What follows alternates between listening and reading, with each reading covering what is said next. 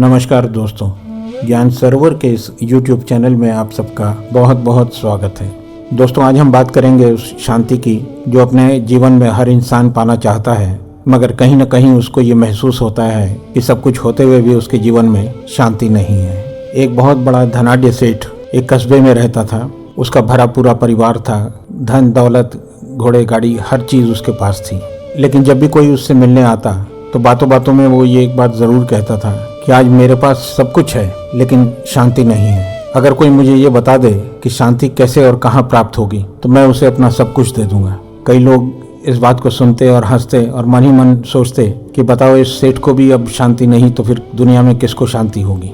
खैर, इसी तरह एक दिन एक व्यक्ति उस सेठ के पास मिलने आया। सेठ ने यही बात दोहरा दी कि मेरे पास सब कुछ है लेकिन शांति नहीं है, और अगर कोई मुझे बता दे कि शांति कहाँ मिलेगी तो मैं उसे अपनी सारी दौलत सारी कमाई दे दूंगा। उस आदमी ने कहा कि सेठ जी, अगर वास्तव में आपको शांति की तलाश है तो आप हमारे कस्बे के बाहर एक पीपल का पेड़ है, आप वहाँ चले जाएं। उसके नीचे एक फकीर आजकल आए हुए हैं, तपस्या में बैठे हैं। जब उनकी आंख खुले तो यही बात आप उनसे कहिएगा, वो निश्चित ही आपकी समस्या का हल आपको ढूंढ कर बताएंगे। सेठ बड़ा खुश हुआ कि चलो कोई तो मिला उसे बताने वाला कि शांति किस तरह से मिलेगी और कहाँ मिलेगी। अगले ही दिन नहा धोकर तैयार होकर वो सेठ कस्बे के बाहर उस पीपल के पेड़ के नीचे जा पहुंचा, जहाँ वो सूफी फकीर ध्यान मग्न होकर बैठा था। सेठ उसके ध्यान खुलने का इंतजार करते रहे। थोड़ी देर बाद उस फकीर ने अपनी आंखें खोली तो सेठ उनके पैरों पे पड़ गया और कहने लगा कि महाराज, मेरे पास सब कुछ है, धन दौलत भरा पूरा परिवार है, सब कुछ है, लेकिन मेरे मन में शांति नहीं है। कृपया आप मुझे बताइए कि मुझे शांति कहाँ मिलेगी, कैसे मिलेगी। उस फकीर ने उस सेठ की तरफ थोड़ी देर देखा, एक टक देखते हुए फिर मुस्कुराकर बोले कि बेटा, अगर तुम वास्तव में ही शांति प्राप्त करना चाहते हो तो इसके लिए तुम्हें कीमत चुकानी पड़ेगी। सेठ जोश में आ गया, कहने लगा, महाराज, मैं अपनी सारी कमाई अपनी सारी दौलत दे दूंगा अगर मुझे शांति मिल जाएगी। तो फकीर ने हंसते हुए कहा कि ठीक है, कल तुम अपनी सारी दौलत लेकर यहाँ आ जाना, मैं तुम्हारा परिचय शांति से करवा दूंगा। अगले दिन सुबह सेठ नहा धोकर एक बड़ी सी गठरी में रुपए पैसे हीरे जवाहरात जो भी उसके पास कमाई हुई कीमती चीजें थी वो सब लेकर उस फकीर के पास पहुंच गया, पीपल के पेड़ के नीचे। फकीर मानो उसका इंतजार कर रहा था।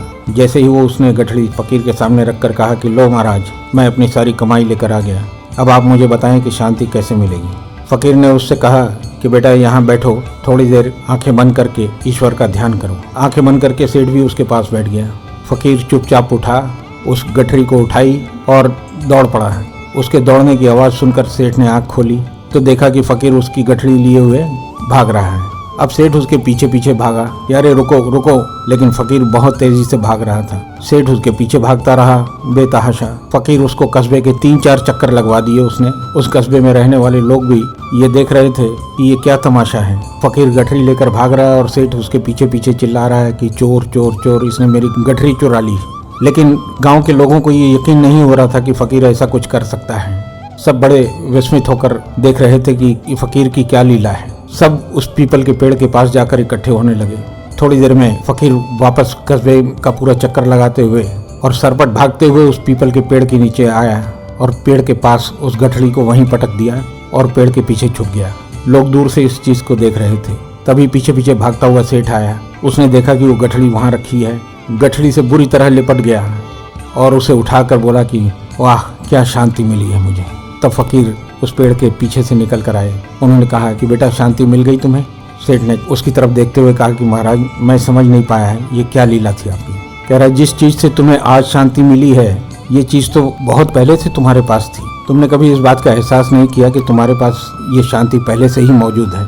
तुम उसे ढूंढने में अपना वक्त बर्बाद करते रहे। दोस्तों, यही बात हम सबके साथ है। ईश्वर ने हमें सब कुछ दिया है, लेकिन सब कुछ हमारे पास होते हुए भी हम ये पहचान नहीं पा रहे कि वो सब चीज़ें हमारे पास है जिसे हम ढूंढ रहे हैं। मन की शांति सबसे बड़ी चीज़ होती है, ईश्वर ने हमें दिया हुआ है, लेकिन हम अपने आप को व्यर्थ की बातों में, व्यर्थ के कामों में उलझाकर हमने स्वयं ही अपने मन की शांति खत्म कर दी।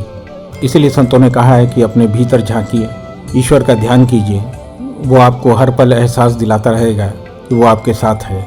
आशा करता हूँ आप सबको ये कहानी पसंद आई होगी। आप लोग कृपया करके मेरे इस चैनल को लाइक, सब्सक्राइब और शेयर ज़रूर कीजिएगा और कमेंट्स बॉक्स में जाकर अपनी राय ज़रूर व्यक्त कीजिएगा।